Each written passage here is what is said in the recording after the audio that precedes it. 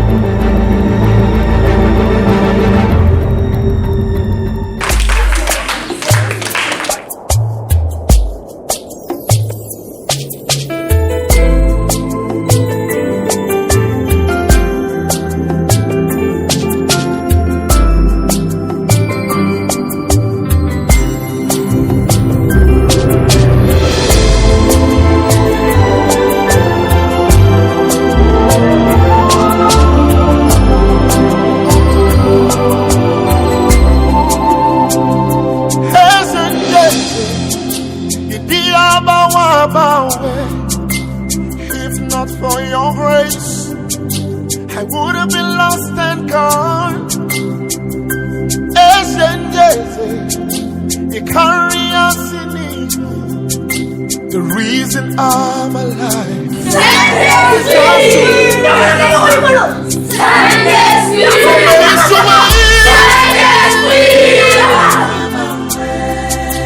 You never change.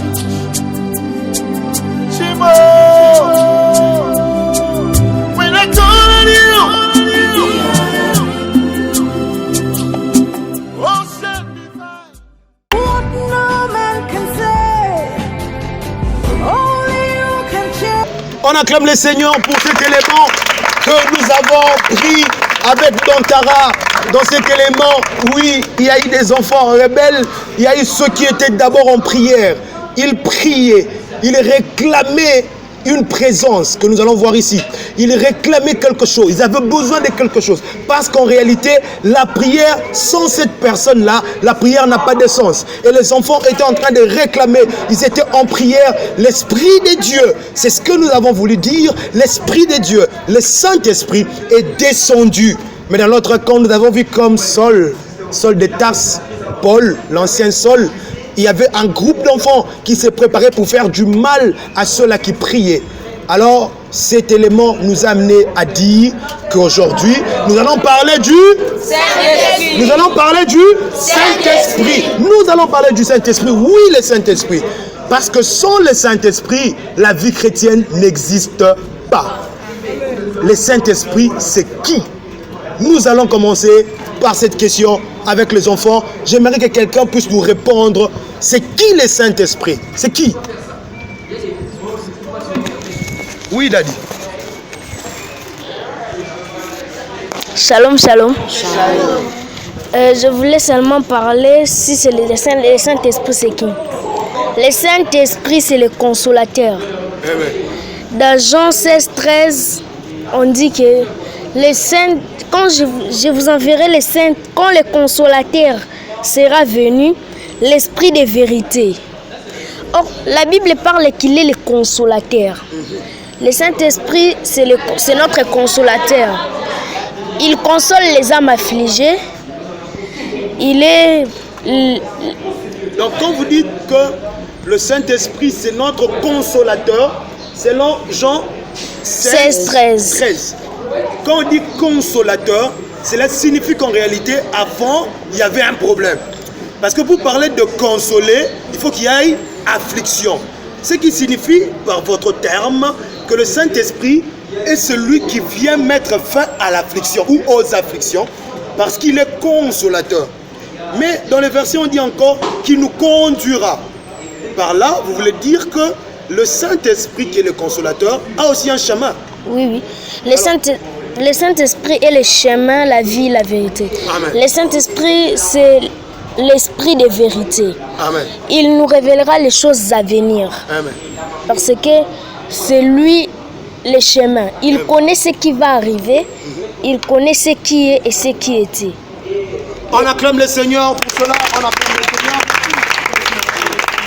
Qui peut ajouter par rapport à cela? L'enfant a dit quelque chose. Il a dit, c'est Jésus qui disait. Il a dit que le Saint-Esprit était le consolateur et qu'il est l'esprit de vérité. Ce qui signifie qu'il y a aussi un esprit qui est esprit de mensonge. Et le consolateur, lorsqu'il sera venu, il nous conduira dans la vérité. Ce qui signifie, pour être dans la vérité, il faut être conduit par qui? Par le consolateur, qui est le Saint-Esprit.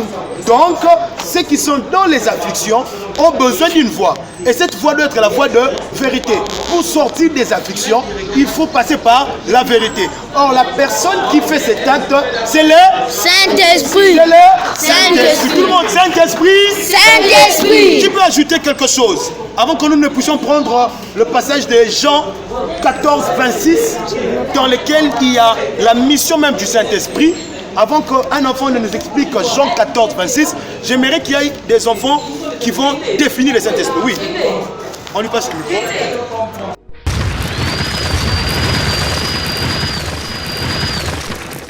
Shalom, shalom.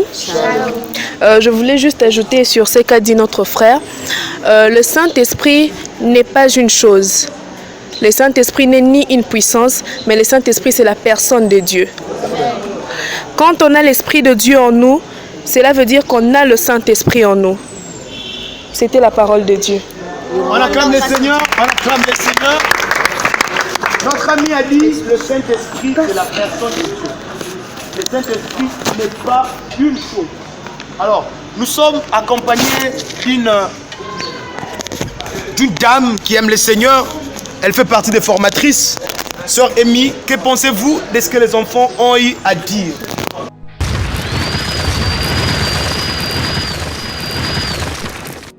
Shalom, shalom. Shalom. Alors exactement comme vient de le dire ma sœur ici, le Saint-Esprit n'est pas une chose. C'est toute une personne au même rang que Dieu, au même rang que Jésus. Et puis, la plupart des personnes se disent « Ah, peut-être que ce n'est qu'une influence, ce n'est qu'un fantôme. » Mais en réalité, le Saint-Esprit, c'est Dieu lui-même. Et nous remarquons d'ailleurs que le Saint-Esprit a les caractéristiques d'un homme dans la mesure où il convainc du péché, il conduit dans la vérité, il enseigne, il intercède pour nous, etc. Et en plus d'avoir les caractéristiques d'un homme, il agit comme un homme. Et on peut le traiter aussi comme un homme. On voit par exemple dans Éphésiens que l'on dit « N'attristez pas le Saint-Esprit ». Cela voudrait dire qu'on peut aussi l'attrister. On voit par ailleurs que l'on dit « Ne blasphémez pas contre le Saint-Esprit, ne l'outragez pas », etc. Toutes ces choses nous font comprendre que le Saint-Esprit, c'est une personne. Il doit habiter en nous et comme nous sommes là, nous avons un corps, une âme, un esprit. De même quand nous acceptons Jésus, nous avons l'âme, le corps, l'esprit. Et l'Esprit de Dieu, c'est cette personne qui vient se manifester en nous. Parole du Seigneur. Amen. On acclame le Seigneur. On acclame le Seigneur. Ce que j'ai retenu, c'est que le Saint-Esprit a des sentiments. C'est vraiment un homme, pas un homme charnel, pas un homme en chair, mais c'est un esprit qui peut, comparativement à l'homme, avoir des sentiments. Il peut, comparativement à l'homme, enseigner. D'ailleurs, pour dire mieux que l'homme, il enseigne. Mieux que l'homme, il a des sentiments. Et lorsqu'il est dans l'homme, il change même les actions de l'homme.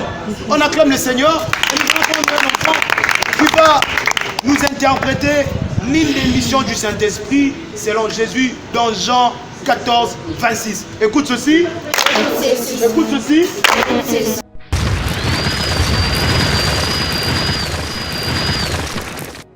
Shalom le peuple de Dieu. Aujourd'hui, je vais vous prêcher du Saint-Esprit. Et je vais vous dire ce que le Saint-Esprit a comme mission dans notre vie. Le Saint-Esprit, son mission, c'est de nous conduire dans le bon chemin. Quand il nous conduit dans le bon chemin, c'est-à-dire que quand on est conduit par le Saint-Esprit, le fruit du Saint-Esprit doit se manifester dans notre vie.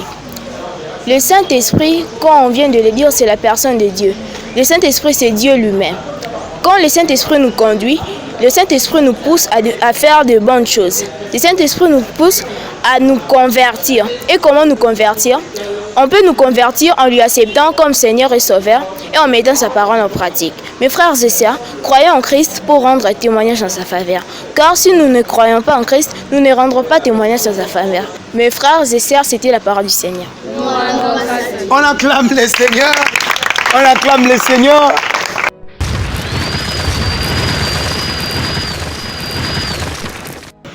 Que Dieu soit béni. Nous allons prendre le prochain qui va nous parler. Là, c'était l'introduction. Et l'enfant a dit de grandes choses. Et le prochain va nous parler de Jean 14, 26. Écoute ceci.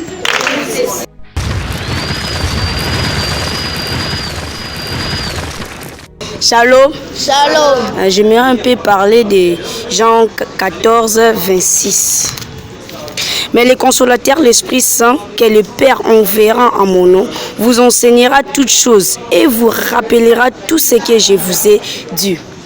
Bien aimé, à ce que nous pouvons comprendre, quand on voit déjà le Saint-Esprit, la sœur a dit que c'est la personne de Dieu. Il est Dieu lui-même. Quand on nous dit d'accepter le Saint-Esprit, c'est on accepte Dieu lui-même. Il reflète la présence de Dieu à nous. Le Saint-Esprit vient pour consoler. Jésus envoie le Saint-Esprit pour consoler parce que le cœur des disciples était brisé. On voit que Christ rentrait sur son trône. Maintenant, le Christ dit que j'enverrai le Saint-Esprit qui sera comme les consolateurs. Il nous consolera. La Bible nous dit encore, il va nous convaincre à ce qui concerne les péchés, la justice et le jugement.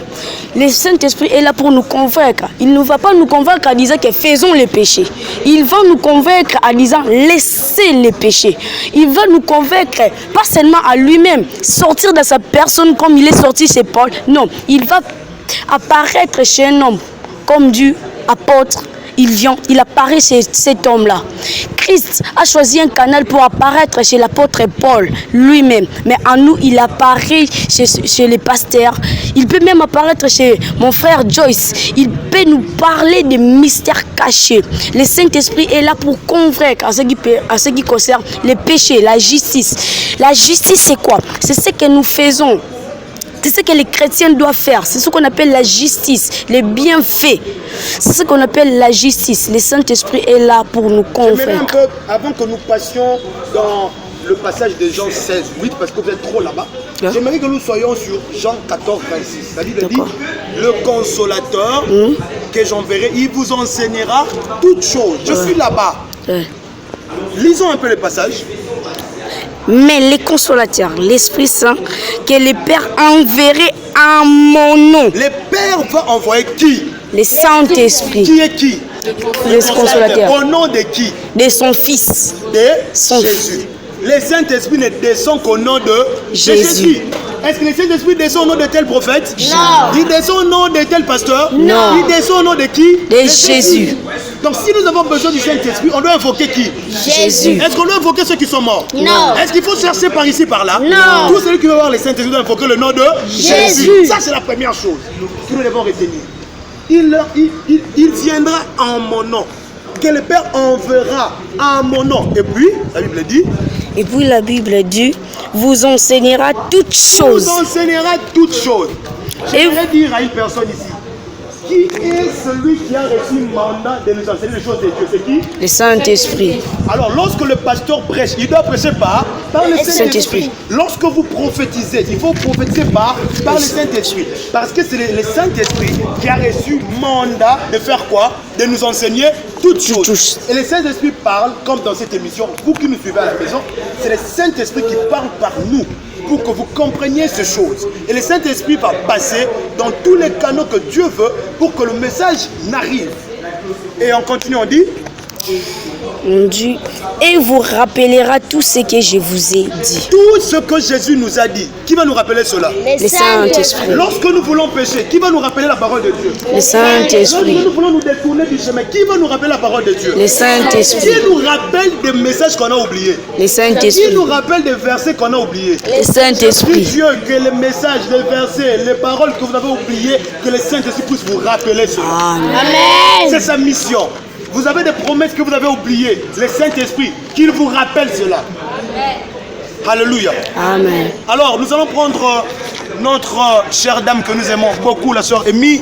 Qu'est-ce que vous avez ajouté par rapport à ces passages?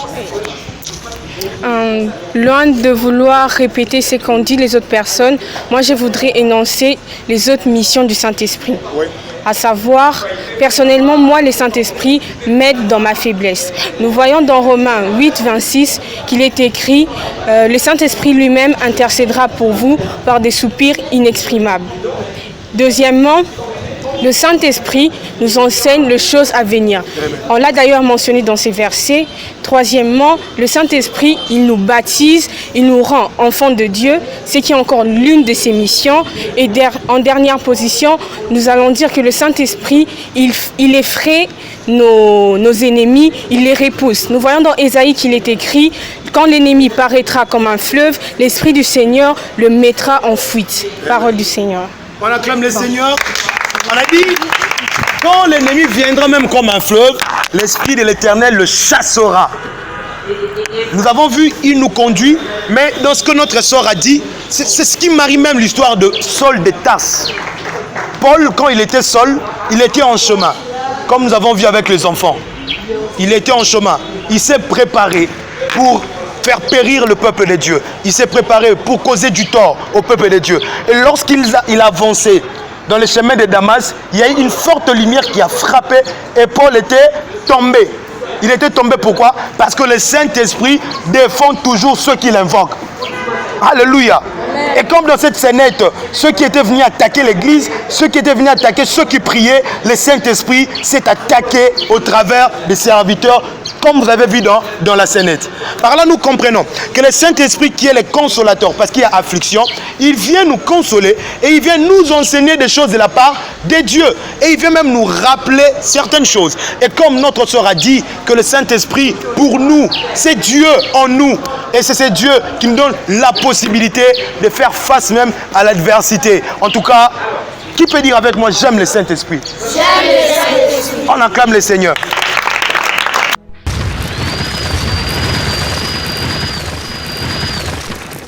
Alors, nous sommes bénis et nous allons prendre les enfants qui ont des thèmes sur le Saint-Esprit, qui ont des arguments, des idées, selon ce que le Saint-Esprit leur donne à dire. Ils vont passer l'un après l'autre pour nous dire ce que le Saint-Esprit a mis dans leur cœur. Écoute ceci.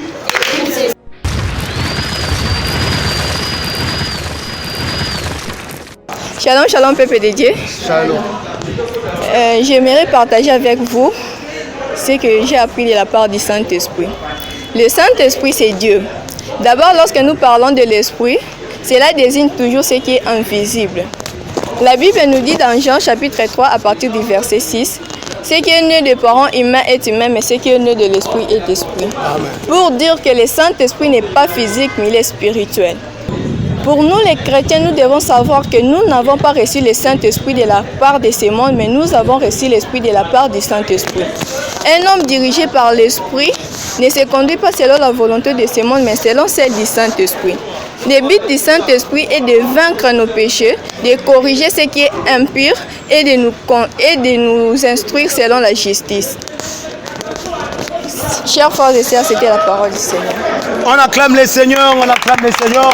Que Dieu soit béni, que Dieu soit béni.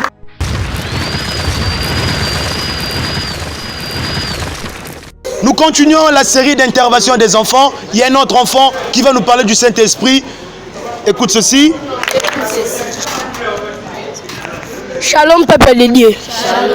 Ce que moi j'ai compris, c'est que le Seigneur Jésus nous a promis le Saint-Esprit.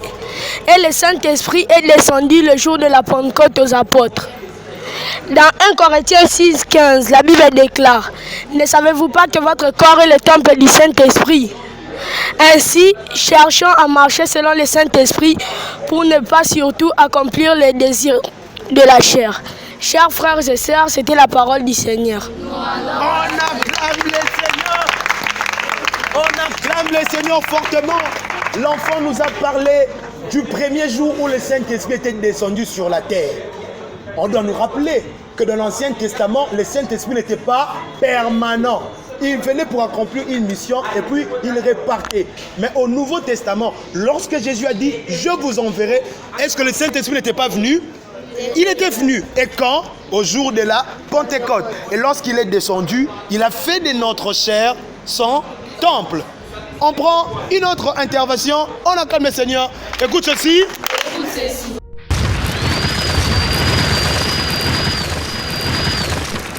Shalom, peuple de Dieu.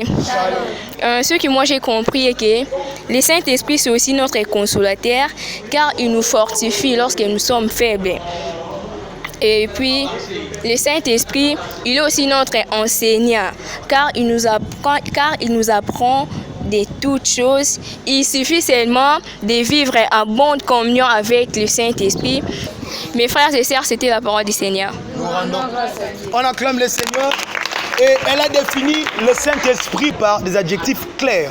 Le Saint-Esprit, c'est le consolateur. Le Saint-Esprit, c'est l'enseignant. C'est le guide qui nous conduit dans la vérité. Et nous allons finir ces interventions avec notre ami que nous aimons beaucoup, qui va nous parler en Chiluba. On acclame le Seigneur.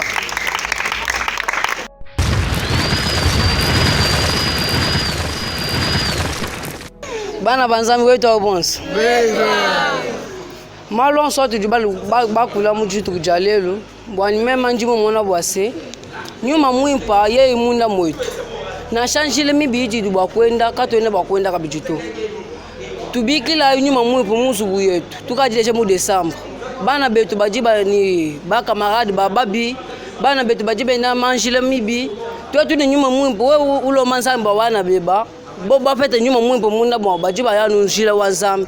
C'est pourquoi ndi nous ambile boase Jésus Christ mutu fesha nyuma wenda bo tuenda kana nenda tuya chini mujulu. C'est pour cela mfumu nous ambile boase tuikala nyuma mwepo munda moto. Amen. Amen, amen. Zambi wakubenisha.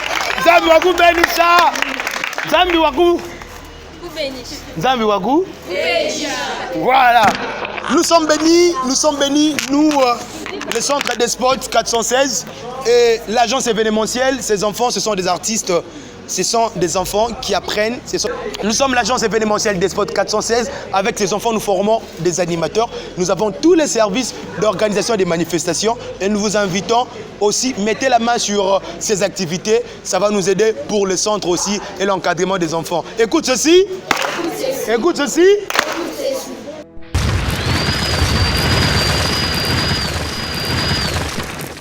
Nous avons été bénis ce soir avec les enfants. Nous avons appris ce qui est le Saint-Esprit. Parce que le Saint-Esprit n'est pas un objet, n'est pas une chose. Mais le Saint-Esprit, c'est la personne même de Dieu. Avec les enfants, nous avons vu dans le livre de Jean chapitre 14 verset 26, le Saint-Esprit, il est qui? Et le Saint-Esprit, c'est celui qui doit nous amener à connaître ce qu'est le péché. J'aimerais dire à une personne, le péché, ce n'est pas seulement ce que l'on prêche à l'église, mais le péché est toute chose que le Saint-Esprit t'interdit. Toi là-bas à la maison, il y a des choses que le Saint-Esprit te demande de laisser. C'est ça le péché. Le péché, c'est quoi? C'est tout ce que le Saint-Esprit te dit d'arrêter, soit momentanément, soit définitivement. Parce que le Saint-Esprit, c'est lui qui vient nous convaincre même du péché. Il vient nous convaincre de la justice. Il vient nous convaincre de ces choses. Et aujourd'hui, nous avons vu avec les enfants le Saint-Esprit. Laisse que la puissance du Saint-Esprit vous suive à la maison et que vous qui avez suivi cette émission, que vous soyez impactés par le Saint-Esprit au nom de Jésus-Christ que nous avons ainsi prié. Amen. Amen. Nous sommes le centre de formation en prise de parole en public des Spots 416. Nous formons les enfants comme les grands sur la prise de parole en public. Nous sommes à Lemba, Rigini, en face de Barouti Tabernacle, au Collège international Prestige Lomfel.